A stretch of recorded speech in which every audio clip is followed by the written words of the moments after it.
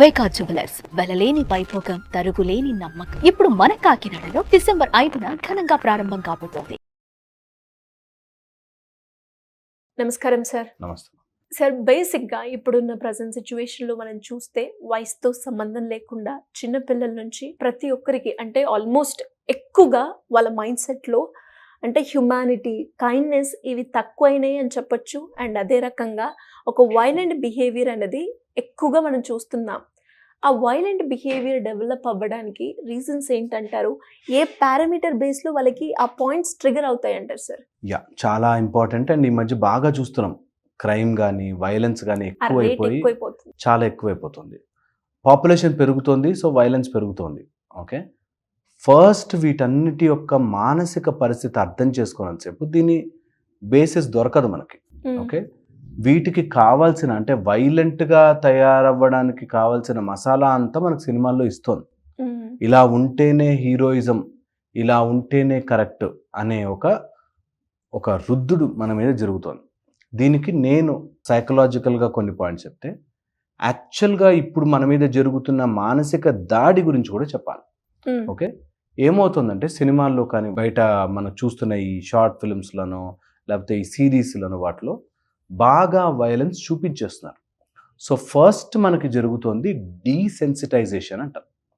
ఈ డీసెన్సిటైజేషన్ ఏంటంటే, ఒకప్పుడు ఎప్పుడైనా ఒక రేప్ జరిగితే అయ్యో రేప్ జరిగింది అనే ఒక బాధ ఉంటుంది. ఇప్పుడు కామన్ అయిపోయింది, ఏముంది ప్రతి పేపర్లో ఉంటాయిలే అవన్నీ అనేటట్టుగా మన డీసెన్సిటైజ్ చేస్తారు. ఓకే, అలాగే ఇప్పుడు సినిమాల్లో చూపించి వైలెన్స్ కొన్ని రోజులు మర్డర్ జరిగింది కామనేలే అనేటట్టుగా కామన్ చేసేస్తున్నారు. First that's called desensitisation. మన మైండ్ని ఇవన్నీ కామన్, న్యాచురల్ జరుగుతుంటాయి, రేపులా జరుగుతుంటాయి, మర్డర్లా అవుతుంటాయి అనేటట్టుగా తయారు చేస్తున్నారు, which is very dangerous to society. Second వచ్చేసి ఇల్ డెఫినిషన్స్, రాంగ్ డెఫినిషన్స్. అంటే నీ ప్యాషన్ని ఫాలో అవ్వు, నీ మనసుకు నచ్చింది చెయ్యి, ఇవన్నీ కూడా ఒక టైప్ ఆఫ్ అలాంటి వాటికి ఆద్యం. నా మనసుకు నచ్చింది ఏదైనా చేయాలి అని అనుకోవడము వైలెన్స్కి మెయిన్ కారణం. మనసుకు నచ్చినవి కొన్నిసార్లు జరగవురా, ఏం నష్టం లేదు అని నేర్పించాలి. కానీ మనం ఏం చేస్తున్నాం, ఇప్పుడు మనసుకు నచ్చింది చెయ్యి అని నేర్పిస్తున్నాం. అది హాఫ్ ఏ సెంటెన్స్. మనసుకి నచ్చింది చెయ్యి ప్లస్ అది ధర్మ మార్గంలోనో న్యాయంగానో ఉండాలి అని నేర్పించాలి. నీకు మనసుకు నచ్చింది కాబట్టి నేను మ్యూజిషియన్ అవుతా అని ఓ సినిమాలో వాడు మ్యూజిక్ డైరెక్టర్ అవడం కోసం నానా తాగుడు తాగి డ్రగ్స్ తీసుకుని అన్నీ చేస్తాడు. అది రాంగ్. నీ మనసుకు నచ్చింది కాబట్టి నువ్వు తాగుబోతూ తిరుగుబోతూ అవుతా అంటే రాంగ్. ఒక అమ్మాయిని ప్రేమించాను, నా మనసుకు నచ్చిన అమ్మాయి, ఆ అమ్మాయి కోసం అమ్మాయి దక్కకపోతే నేను తాగుతాను, నేను ఇష్టం చంపుతాను, నేను చచ్చిపోతాను అనడం ఇస్ రాంగ్. ఈ మనసుకి నచ్చింది అనేది ఎప్పుడైతే పడతామో, ఆ మనసుకి నచ్చంది జరిగితే ఏది చేయడానికన్నా రెడీ అవుతాం. ఇప్పుడు ఎస్ సార్, ఆ పాయింట్లోనే ఉన్నారు ప్రజెంట్ సిచ్యువేషన్. ట్రూ. దాన్ని ఎలా ఓవర్కమ్ అవ్వాలి? ఎందుకు అలా డెవలప్ అవుతూ ఉంటారు మైండ్ సెట్? ఎందుకంటే మనసుకు నచ్చింది చెయ్యకపోతే మనసు ఊరుకోదు. స్వీట్ తినే వాళ్ళకి షుగర్ వచ్చి స్వీట్ తినకూడదు అన్న వాళ్ళకి అదొకటి ఉంటుంది, తినాలి తినాలి తినాలి తినాలి. మనసు చేసే క్వాలిటీ అది. ఎందుకు అంటే మనసు ఈజ్ రీనింగ్ ఓవర్ సెన్సెస్. ఈ పంచ ఇంద్రియాల నుంచి పైన మనసు, ఈ మనసు ఈ గుర్రాలను ఆడిస్తూ ఉంటుంది. ఈ గుర్రాలు ఎట్లాగా ఎటు కావాలంటే అటు. నాకు రోజు ఒక సినిమా చూడాలి, సిరీస్ చూడాలి అనిపిస్తే నీ మనసు అసలు పని లేకపోయినా బాగానే ఉన్నా, ఫుల్ పని ఉన్నా ఆ సిరీస్ చూడాలి కదా, సిరీస్ చూడాలి కదా, సిరీస్ చూడాలి అని పుష్ చేస్తుంది. నేను ఎగ్జాంపుల్ ఎందుకు అలా ఈజీగా చెప్తున్నా అంటే కనెక్ట్ అవుతుందని. అలాగే ఒక అమ్మాయిని చూసి ఈ అమ్మాయి నా సైడ్ చూడదా, ఈ మొహం మీద యాసిడ్ పోస్తా అనే బ్యాచ్ కూడా వాడి మనసులో వచ్చిన ఆలోచన చేయించాలి. ఇప్పుడు అది అలాగ తయారవుతారు అగ్రెసివ్గా. నేనంటే పడరా వాళ్ళు, నేను అన్న మాటకు పడరా, నా లెవెల్ ఏంటి, నా ఇదేంటి, నా పొజిషన్ ఏంటి అనే ఒక ఈగోయిస్టిక్ మైండ్ సెట్తో దే టర్న్ బ్యాడ్. అండ్ ఒకసారి మనసులో ఆలోచన వచ్చాక అది తొందరగా పోనివ్వకుండా అన్నీ తయారు చేసాం. మనసుని ఇన్హిబిట్ చేసే కొన్ని ఇన్హిబిటింగ్ ఫ్యాక్టర్స్ ఉంటాయి. అంటే ఏంటి, నాకు సపోజ్ మీకు ఇక్కడ ఏదైనా పగలు కొట్టాలనిపించింది, పగలు కొట్టలేను. ఎందుకు అంటే బయట గార్డ్ ఉంటాడు, వాడు నన్ను కొడతాడు, లేకపోతే మీ వాళ్ళందరూ వచ్చి నన్ను పట్టుకుంటారు, లేకపోతే నేను ఫైన్ కట్టాలి, జరిమానా కట్టాలి కదా. అలాగే మనం ఏదైనా చేస్తే నాన్న తిడతాడేమో, అమ్మ తిడుతుందేమో, స్కూల్లో టీచర్ తిడతాడేమో అనే భయము, భక్తి, దేవుడు చూస్తుంటాడు రా తప్పు చేస్తే, ఈ రెండు తీసేసాం. నువ్వు అబ్జర్వ్ చేస్తే క్లియర్గా భయం మెల్లగా తీసేసాం. స్కూల్లో టీచర్లు తిట్టకూడదు, టీచర్లు కొట్టకూడదు. ఓకే, తల్లిదండ్రులు ఏమని అంటే ట్రామా అయిపోతుంది, మనుషులు పిల్లలు ట్రామాకు గురవుతారు, ఇంటి నుంచి వెళ్ళిపోతున్నారు. ఈ టైపులో అన్నీ తీసేసాం. భయము పోయింది, ఫియర్లెస్గా బతకాలి అని పిల్లలకు నేర్పిస్తున్నాం. ఫియర్లెస్గా బ్రతకాలి అని ఎవడైనా బాగా జాబ్ చేస్తూ హై పొజిషన్ నుండి బ్రెయిన్ బాగా మెచ్యూర్ ఉన్నవాడు చెప్పాలి, భయపడకరా సాధించు లైఫ్లో అని చెప్పాలి. కానీ అది తీసుకెళ్ళి పిల్లలకు పెట్టాం. పిల్లల్ని భయపడించకూడదు. ఓకే, అలా అని చంపేమని కాదు, వాళ్ళని భయపెట్టేసి చంపేమని కాదు, బట్ వాళ్ళకు భయం, అరే తప్పు చేయకూడదు, this is right, this is wrong అని చెప్పే వ్యవస్థ ఉండాలి. అది ఒకప్పుడు మన తల్లిదండ్రులు చేసేవారు, ఇప్పుడు లేరు. అమ్మమ్మ తాత చేసేవాళ్ళు ఇప్పుడు వాళ్ళు లేరు, నానమ్మ తాత చేసేవాళ్ళు, అవ్వ బామ్మ చేసేవాళ్ళు లేరు. ఓకే, ఇవి జరగగా భక్తి తీస్తారు. భక్తి అంటే దేవుడు లేడు, ఏం లేడు, అసలు ఏముందిరా, మన లైఫ్ మనం నచ్చినట్టుగా ఉండాలి, అదే అని భక్తి తీస్తారు. ఈ రెండు దిగానే ఇంకా మనిషికి ఏమవుతుందంటే అన్కంట్రోల్డ్గా మనసు ఒక్కటే నడిపిస్తుంది. మనసుకి నచ్చినట్టుగా చేయకపోతే పిచ్చెక్కిపోతుంది మనసుకి. మీరు కావాలంటే ట్రై చేసి చూడండి. రోజు తాగేవాడికి 6:30కి షాపులు క్లోజ్ చేస్తున్నామని చెప్పండి, వాడు పొద్దున్న 6:30 నుంచే రెడీ అయిపోతాడు. ఎందుకంటే మనసు ఆ టైంకి అరే తాగలే గుంజేస్తుంది. అందుకే మనసులో ఎక్కువ బ్రతకకూడదు. ఎంతసేపు నీ మనసును నువ్వు ఎంటర్టైన్ చేస్తుంటావో ఇంకా అంత ఎంటర్టైన్ చేయించుకుంటుంది. సో వెరీ వెరీ ఇంపార్టెంట్, మనసును ఎంటర్టైన్ చేయకూడదు.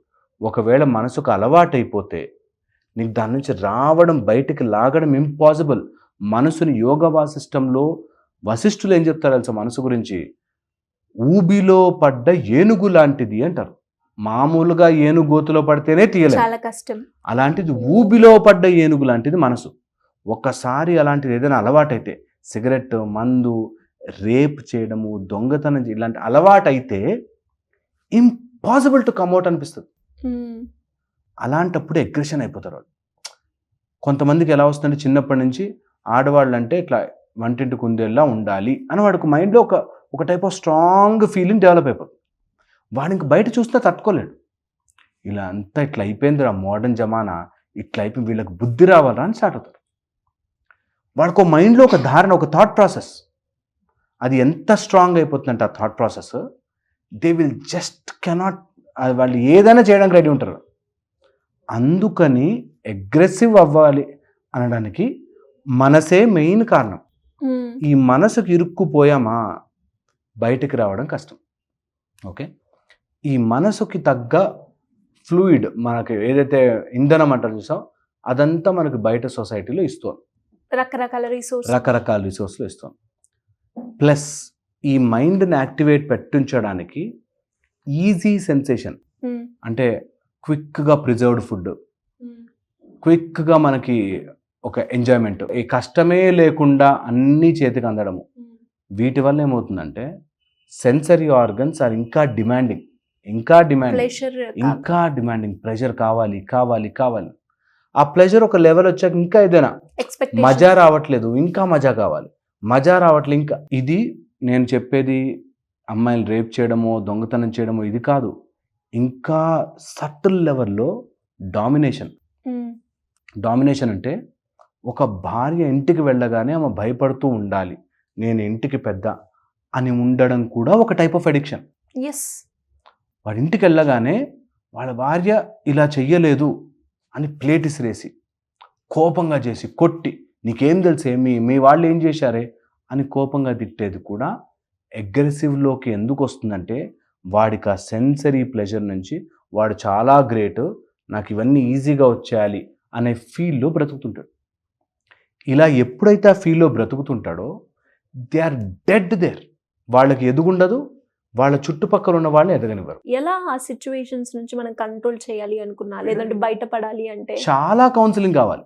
మామూలుగా చెప్తే వీళ్ళు ఎంత హెడ్ స్ట్రాంగ్ ఉంటారంటే, మాకు ఇవన్నీ తెలుసు, నువ్వెవడివిరా మాకు చెప్పడానికి అనే మైండ్ సెట్తో వస్తారు.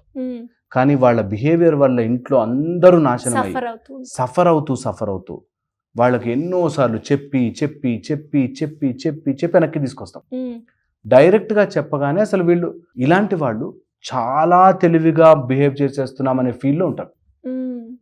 నిజంగా కూడా బయటకు వెళ్ళి చూస్తే ఇంకెందుకు ఉంది లైఫ్ బాస్, ఎంజాయ్ చేయాలి బాస్ అనేటట్టు ఉంటారు. వాళ్ళు చాలా తెలివిగా బిహేవ్ చేసేస్తున్నాం అనుకుంటారు, కానీ మొత్తం వ్యవస్థను నాశనం చేసేస్తుంటారు. చాలా తెలివి. ఇప్పుడు అది చేస్తున్నారుగా, పిల్లలకి బ్యాగులు కూడా వద్దు, ఏం చేయాలి, స్క్రీన్లు పెట్టాలి. ఈ స్క్రీన్లు పెడితే మొత్తం ఎడిక్ట్ అయ్యి ఒక్కొక్కళ్ళు సైట్, ADHD, డిప్రెషన్, ఇష్టం వచ్చినట్టు. సో ఏదైనా మనం చేస్తుంటే వాటి యొక్క సైడ్ ఎఫెక్ట్స్ ఉంటాయి అని తెలుసుకోగలగాలి. ఇది very very very very important. ప్రతి వ్యక్తి ఆలోచించుకోవాలి. మనం యాజ్ ఎ వ్యవస్థ ఆలోచించుకొని అందరినీ ఇలా అగ్రెసివ్గా తయారు చేస్తున్నామా, మానవత్వం కొంచెం యాడ్ చేస్తున్నామా, ఇలాంటివి ఆలోచించుకుంటే తప్ప సొసైటీ ఆ అగ్రెషన్ నుంచి బయటపడదు. అంటే సెల్ఫ్ రియలైజేషన్. ఎగ్జాంపుల్ ఏం చెప్తున్నా అంటే, F వర్డ్ వాడడం సిరీస్లో కామన్ చేస్తారు, ఇప్పుడు అందరూ వాడేస్తారు.